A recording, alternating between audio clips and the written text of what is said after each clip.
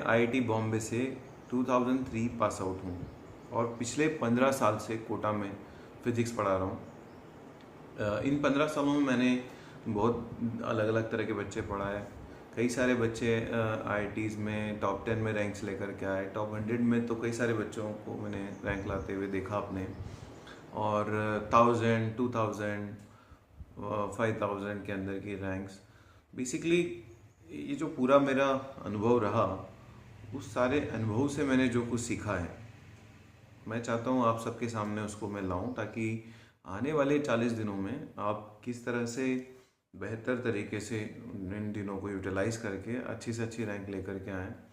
क्योंकि यहाँ से सब बच्चों की सिचुएशन लगभग एक जैसी है। जेई मेन 2 हो चुका है, जेई मेन 1 भी हमने दिया, और कई सारे सवाल हमारे मन में उठते हैं कि हमको क्या रिवाइज करना है, what to revise, when to revise, how to revise, what to leave. ठीक है, तो यहाँ पे ये एक ऐसा मोमेंट होता है, ये एक ऐसा कह सकते हो लाइफ का पड़ाव होता है, जब हमारे पास एक अचीवमेंट होता है that we have clear the hurdle of JEE Main, और हम वो कट ऑफ क्लियर कर चुके हैं। और उसके बाद हमारे पास करने को बहुत कुछ होता है, बहुत सारा हमारे पास मटेरियल है, बहुत सारा हमारे पास जो है टेस्ट पेपर्स हैं, पास जेई के पेपर्स अगर हम देखें तो खूब सारे जेई के पेपर्स मार्केट में अवेलेबल होते हैं, पर करना क्या है। और उस उठापटक में ही कई बच्चे जो है अपना नुकसान करवा लेते हैं, because they don't know what how to move ahead, what should be the best strategy. तो ये 3 वीडियोस मैं आपके सामने लेकर के आऊँगा। Specially in first video we are going to discuss about strategy in next 40 days. Second video में मैं आपको बताऊंगा कि फिजिक्स में कौन से टॉपिक ऐसे हैं जो जेई एडवांस के लिए मोस्ट इम्पॉर्टेंट है, जिन पे आपको फोकस करना ही चाहिए। तीसरा जो वीडियो है उसमें मैं आपको बताऊंगा कि जेई एडवांस का जो पेपर है उसको किस तरह से अटेम्प्ट करना चाहिए। ठीक है, तो today I am not in formals because I am not at my place, I am basically in my village today. तो बट क्योंकि टाइम बहुत कम है, इसलिए मैंने सोचा कि थोड़ा समय भी था, तो मैंने सोचा कि क्यों ना आज ये वीडियो बना लिया जाए, ताकि बच्चों को इससे कुछ फ़ायदा मिलना शुरू हो। तो बच्चों, सबसे पहली बात जो मैं यहाँ पर आपको बताना चाहता हूँ, that will be tip number 1 from my side, वो है कि आप इस समय पर डेप्थ में जाने के बजाय विड्थ कवर करने की कोशिश करें। If you are a student of a particular coaching, then you have lot of material in front of you. Thousands of questions are in front of you, thousands of papers are in front of you, but उसमें से select क्या करना है वो important है। तो सबसे पहला जो काम आप करेंगे वो ये करेंगे कि आप ये देखेंगे कि आपका सबसे वीक एरिया कौन सा है। ठीक है, क्योंकि हर पर्सन का कोई ना कोई वीक एरिया होता है। फिजिक्स, केमिस्ट्री, मैथ्स में अगर लिस्ट डाउन करोगे तो आपको कुछ ना कुछ टॉपिक्स ऐसे मिलेंगे जो कि आपको लगता है वीक है और जो जेई एडवांस में स्कोर करने लायक है। You should also see some important some test papers of JEE advance, उससे आपको आइडिया लगेगा कि किसका वेटेज कितना आता है। या फिर जनरली कोचिंग्स वगैरह की वेबसाइट पे लिखा होता है कि किस टॉपिक का वेटेज कितना होता है, प्लस पढ़ते पढ़ते में थोड़ा सा आइडिया हो जाता है कि ये वाले टॉपिक का वेटेज ज़्यादा था, ये वाले का कम था। Now you should identify those topics which are intersection of very important topic in JEE advance as well as your weakness. तो उन टॉपिक्स को स्टार्ट करें और धीरे धीरे करके उन पर कमांड करें। प्लस उनमें भी आपको एक चीज़ का ध्यान रखना है कि कभी भी पूरी शीट अटेम्प्ट करने की कोशिश ना करें। ठीक है, तो जब भी आप उसको अटेम्प्ट करना चालू करें तो हमेशा वो वाले क्वेश्चंस अटेम्प्ट करें जिनमें आपने स्टार मार्क कर रखा है, आपने कहीं रिवीजन के लिए कुछ मार्क कर रखा है, या आपके जहाँ भी आपने पढ़ा है उन टीचर्स के जो नोट्स हैं, उनके जो एग्जाम्पल्स हैं, उनको रिवाइज कर सकते हैं। तो एक चीज़ तो ये हो गई। दूसरा, कोई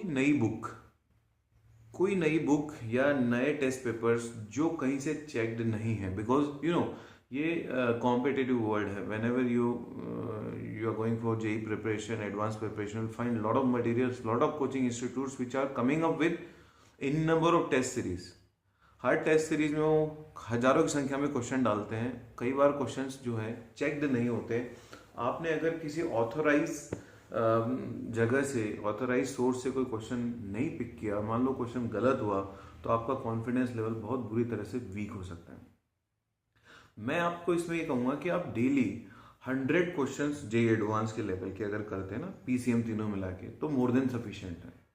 यानी कि आप एक टारगेट बना के रखिए कि 40 दिन है, आपने को 4000 क्वेश्चन करने, बहुत ज़्यादा नहीं करने, क्योंकि हम ऑलरेडी पढ़ चुके हैं 2 साल 3 साल 1 साल, आप ऑलरेडी प्रिपरेशन कर चुके हो, तो why you want to revise each and every line? उतना हमारे पास टाइम भी नहीं है। तो हमारे टॉपिक्स को आइडेंटिफाई करना, इधर उधर के मटेरियल्स को नहीं छूना। तीसरा इंपॉर्टेंट टिप जो मैं आपको देना चाहता हूँ वो ये है कि देखिए, जेई एडवांस का जो एग्ज़ाम होता है वो 6 घंटे का एग्ज़ाम है, कंप्यूटर बेस्ड एग्ज़ाम है। उस कंप्यूटर बेस्ड एग्ज़ाम में आपको 6 घंटे कंप्यूटर के सामने बैठा रहना है, और पर्टिकुलर स्लॉट पे एग्ज़ाम होता है, तो उन पर्टिकुलर स्लॉट्स में एक तो आपको सोना नहीं है, दूसरी बात रोजाना एग्जाम में तो खैर आप क्यों सोओगे, बट घर पे भी when for next 40 days you have to adjust your biological clock, क्योंकि अगर आप सोते भी हैं तो उस पर्टिकुलर स्लॉट को अवॉइड करेंगे। ठीक है। दूसरी बात, कंप्यूटर के सामने 6 घंटे बैठना कमर सीधी करके, आपका जो एनर्जी लेवल है वो बहुत अच्छा होना चाहिए। यानी कि आप अपनी हेल्थ का खास ध्यान रखेंगे अगले 40 दिन, खूब सारा पानी पीना है, खाने का ध्यान रखना है, स्पेशली क्योंकि अपने को स्ट्रेंथ चाहिए। बिकॉज 6 घंटे लगातार पेपर देना, लगातार से मतलब 3+3 वाले स्लॉट, एक दिन में 6 घंटे पेपर देना, और उसके लिए एनर्जी को मेंटेन रखना, that is a big deal. ठीक। चौथी बात, कई सारे बच्चे जो चौथा टिप जो मैं आपको देना चाह रहा हूँ ये है कि कई सारे बच्चे जो कट ऑफ के बहुत पास हैं, लेट्स से जैसे मैं आपको लास्ट ईयर की कट ऑफ के बारे में बताता हूँ। लास्ट ईयर जो कट ऑफ के डेटा मेरे पास हैं उसमें मैं देख सकता हूँ जनरल कैटेगरी जो कट ऑफ थी, and I predicted this cut off 69 to 72। तो मैंने ये प्रेडिक्शन किया था and the cut off was approximately same. तो जनरल कैटेगरी जो कट ऑफ थी ये 72 मार्क्स के आसपास मैंने प्रेडिक्ट करी थी, आई भी इतनी। इस साल की जो कट ऑफ है वो लगभग इतनी ही रहेगी। ठीक है। तो जिन बच्चों के भी मार्क्स 72 एंड अबोव है, उनको अगले 40 दिन सिर्फ ये सोचना चाहिए कि मिरेकल होते हैं। They should focus on advance, because there is a chance. कई सारे बच्चे, बहुत अच्छे बच्चे जो जेई एडवांस की तैयारी कर रहे थे 2 साल से, बहुत अच्छे बैचेस में थे, बहुत अच्छी उनकी तैयारी थी, जेई मेन में उनके मार्क्स कम आ गए, किसी के 120 आ गए, किसी के 140 आ गए, अब वो डिसहार्टन होकर बैठ गया। उसको ये पता नहीं है कि JEE Main and JEE advance both are different type of exams. JEE Main में डायरेक्ट फॉर्मूला एप्लीकेशन होता है, sometimes you don't remember formula, you have different type of approach, you have analytical approach. हो सकता है कि आप JEE advance के लिए बने हो, तो अगर आपके मार्क्स 140 भी आ गए जेई मेन में और आपकी तैयारी 2 साल की अच्छी थी, तो आपको अपना दिल छोटा करने की जरूरत नहीं है, बिकॉज चांस है कि आप जेई एडवांस दें और जेई एडवांस में आपके जेई मेन से भी डबल मार्क्स आ जाए, क्योंकि हो सकता है आपकी तैयारी का तरीका वैसा हो। तो जेई मेन में जिन बच्चों के 70 के आसपास मार्क्स जनरल कैटेगरी में आ रहे हैं, उससे ऊपर के जितने बच्चे हैं ओबीसी कैटेगरी में 40 के आसपास की कट ऑफ, मुझे लगता है, ये मेरा प्रेडिक्शन है, बाकी इसके आसपास ही रहनी चाहिए। तो जिन बच्चों के 40+ मार्क्स हैं ओबीसी कैटेगरी में, वो आईआईटी एडवांस की तैयारी करें। एसटी कैटेगरी में जिन बच्चों के 30+ मार्क्स हैं वो डेफिनेटली अपने आप को कट ऑफ के आसपास या उससे ऊपर मान सकते हैं। एससी कैटेगरी में 25 के आसपास के जो मार्क्स हैं वो अपने आप को एडवांस के लिए एलिजिबल मान सकते हैं। तो ये कट ऑफ जो है ना, ये जो मेरा चौथा पॉइंट है, टिप यही है कि जिन बच्चों ने जेई एडवांस की प्रिपरेशन कहीं ना कहीं से की है और बाय चांस उनके मार्क्स कम आ गए हैं पर कट ऑफ से ऊपर हैं, तो उनको जेई एडवांस की तैयारी जरूर करनी चाहिए। तो ये एक इम्पॉर्टेंट पॉइंट है। ठीक। हाँ, पांचवा पॉइंट ये है कि देखिए, जेई एडवांस जो है वो एक कॉन्सेप्चुअल एग्जाम होता है, यहाँ पर रट्टाफिकेशन से काम नहीं चलता। तो जो मैंने आपको 4000 क्वेश्चंस बताए, यानी कि 100 क्वेश्चंस पर डे जो आप करेंगे पीसीएम में, तो आप कोशिश करें कि वो अच्छे लेवल के क्वेश्चंस हो। जैसे एक बहुत अच्छा सोर्स मैं आपको बता सकता हूँ जेई एडवांस के क्वेश्चंस के लिए, और सोर्स है जेई एडवांस के खुद के पिछले 33 साल के पेपर, 30 साल के पेपर, जितने आप कर सको। मान लीजिए आप 20 साल के पेपर कर सकते हो तो 20 साल के पेपर आप करो। 20 ईयर्स के अगर आप जेई एडवांस के पेपर्स देखोगे ना, मेरा ये मानना है, मेरा सोच है कि आपको आराम से 50% के आसपास पेपर उसमें प्रेडिक्ट हो जाएगा। बहुत सारे क्वेश्चंस देखे देखे से मिलेंगे। मैंने खुद 99 में जेई एडवांस दिया था, तो जब मैंने जेई एडवांस दिया था तो मैंने लगभग उस टाइम जो अवेलेबल क्वेश्चंस थे 80 से के बाद से क्वेश्चंस अवेलेबल थे, तो हम लोगों ने सारे पेपर्स किए और यकीन मानिए उन पेपर्स को करने का हमको बहुत बेनिफिट मिला। इनफैक्ट इसमें सबसे अच्छी बात पता है क्या है, ये जेईई एडवांस के स्टैंडर्ड पेपर्स हैं, तो आपको पता है कितने टाइम में इसको कंप्लीट करना है। तो आप एकदम अलार्म लगा करके फिक्स, जैसे मान लीजिए फिजिक्स का पेपर है 3 घंटे का, अलार्म लगा करके पेपर करिए। पेपर करेंगे तो आपको ऑटोमेटिकली आइडिया लगेगा कि कौन सा पार्ट अपना अभी भी वीक है। ठीक है। डाउट्स, यदि आपको कुछ डाउट्स आते हैं तो डाउट्स के लिए अपने जिस इंस्टीट्यूट में आप पढ़ते हैं उनसे तुरंत जाकर के डाउट क्लियर करिए, क्योंकि ये टाइम ऐसा नहीं है कि बहुत माथापच्ची करें, इधर उधर जो है उसको ढूंढें उसके आंसर को। डाउट्स आप तुरंत क्लियर करिए, किसी न किसी से पूछिए या किसी न किसी दोस्त से बात करके रखिए कि अगर उसको डाउट आता है तो आप बताओगे, आपको डाउट आता है तो वो बताएगा। ठीक है। जेईई एडवांस का जो पैटर्न है थोड़ा सा उसके बारे में और बताता हूँ। देखिए जेईई एडवांस का पैटर्न हमेशा अनप्रडिक्टेबल टाइप का रहता है हमेशा वो कुछ ना कुछ नई नई चीज़ें डालते रहते हैं। जैसे कुछ सालों पहले उन्होंने -2 मार्क्स इंट्रोड्यूस कर दिए मल्टीपल करेक्ट वाले में, -2 नेगेटिव मार्किंग कर दी, जो कि एक बहुत ज़बरदस्त वाली नेगेटिव मार्किंग थी। वो वैसे ही कुछ सालों पहले 3x3 के मैथ कॉलम आए, जो कि हम लोगों ने खुद की लाइफ में पहली बार देखे थे। मैं खुद 15 साल से यहाँ कोटा में पढ़ा रहा हूँ और मैंने खुद आईआईटी करी, लेकिन मैंने कभी 3x3 के मैथ कॉलम नहीं देखे। जेईई एडवांस में एक बार क्वेश्चन आए जिसमें उन्होंने कॉम्प्रहेंशन में जो है वो नेगेटिव मार्किंग कर दी, कॉम्प्रहेंशन में मल्टीपल करेक्ट कर दिए। ठीक है। अभी रिसेंटली उन्होंने एक पैटर्न दिया जिसमें उन्होंने डेसिमल के 2 प्लेसेस तक आंसर जो है वो अलाउ किया था, और उसको चेक, उसमें ये भी था कंस्ट्रेंट कि उस रेंज में होगा तो करेक्ट माना जाएगा। क्या पता कल को माइनस वाले आंसर्स भी अलाउ कर दें, क्या पता और कोई नया पैटर्न वहाँ पर आ जाए। तो अपने आप को जो है तैयार रखना है अपने को।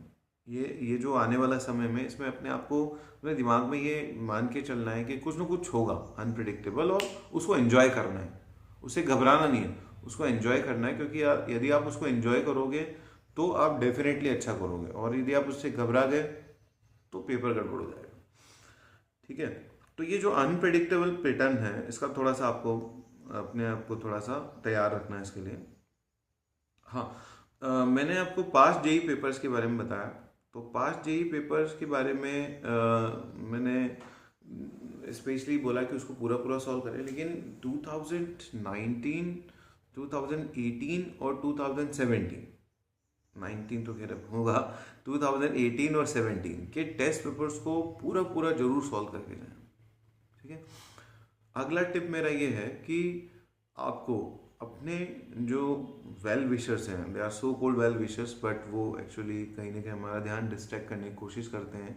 ये जो इस समय होता है, इसमें एक्चुअली हर बच्चा थोड़ा सा तनाव में तो रहता है, तो हो सकता है कुछ आपके फ्रेंड्स होंगे जो आपके पास आएंगे, आपको डिस्टर्ब करेंगे, तो उनसे थोड़ा सा दूर रहना है वेल विशर्स से। ठीक है। आई थिंक मोरलेस इस 40 दिन के बारे में मैंने आपको बता दिया। अपने आप को मोटिवेटेड रहना है, रखना है, और यदि आप किसी कोचिंग इंस्टीट्यूट में पढ़ते हैं तो वो जो भी मटेरियल आपको दे रहे हैं, जो भी प्लान उन्होंने बनाया, उन्होंने कुछ सोच समझ के प्लान बनाया होगा, उस प्लान को पूरी तरह से फॉलो करना है। क्योंकि वो जो भी प्लान वो बनाते हैं वो कहीं ना कहीं आप ही के लिए बनाते हैं, और उनका जो मेन एजेंडा होता है वो आपका सिलेक्शन होता है। Your selection is their profession. इसका मतलब आपको सेलेक्ट कराना उनका काम है। तो यदि आप किसी कोचिंग इंस्टीट्यूट में पढ़ते हैं तो बिल्कुल अक्षरशः पॉइंट टू पॉइंट फॉलो करिए जो भी वो कह रहे हैं। ठीक है। तो ये कुछ टिप्स थे जो मैंने आपको दिए अगले 40 दिनों के लिए। अब देखिए, अगले वीडियो में मैं आपको बताऊंगा कि फिजिक्स के कौन से टॉपिक्स जेईई एडवांस के लिए बहुत इंपॉर्टेंट है, और बाद में एक सीरीज़ में मैं आपको बताऊंगा कि हर एक टॉपिक में कुछ कुछ इंपॉर्टेंट चीज़ें हैं कि ये इस टाइप के क्वेश्चंस उसमें आ सकते हैं, वो भी मैं आपको बताऊंगा। बट डिपेंड करता है कि आप लोगों का इंटरेस्ट कैसा है। सेकेंडली, एक क्योंकि पेपर देना भी अपने आप में कला होती है, तो मैं आज इस वीडियो में आपको पेपर देना, कैसे पेपर देना चाहिए, क्वेश्चंस को कैसे पिक करना चाहिए, कैसा क्वेश्चन को आइडेंटिफाई करना चाहिए कि मेरे लिए कौन सा क्वेश्चन बनाया गया है, उन बातों पे मैं आज एक भी बात आपसे डिस्कस नहीं कर रहा हूँ, क्योंकि वो एक अलग मैं आपको बताऊंगा अलग वीडियो में। तो उसके लिए आप वेट करिए, क्योंकि पेपर आपका एग्ज़ाम जो है मई एंड में है और अपने पास ठीक ठाक टाइम है। तो मैं मई के फर्स्ट वीक में मोस्टली आपको बताऊंगा how to attempt the paper. JEE advance का जो पेपर है वो बेसिकली पेपर जो होता है वो साइकोलॉजिकली डिज़ाइंड होता है। स्टूडेंट्स को कैसे ब्रेक किया जाए, स्टूडेंट्स की साइकोलॉजी को कैसे टेस्ट किया जाए, कौन सा स्टूडेंट ऐसा है जो उसमें लास्ट तक टिका रहता है हिम्मत से। और उसमें जो मेन आर्ट होता है वो होता है कि क्वेश्चंस कैसे पिक किए जाए। तो मैं जितना मुझे पता है, जितना मैंने अपने अनुभव से सीखा है, वो मैं आपको बताऊंगा।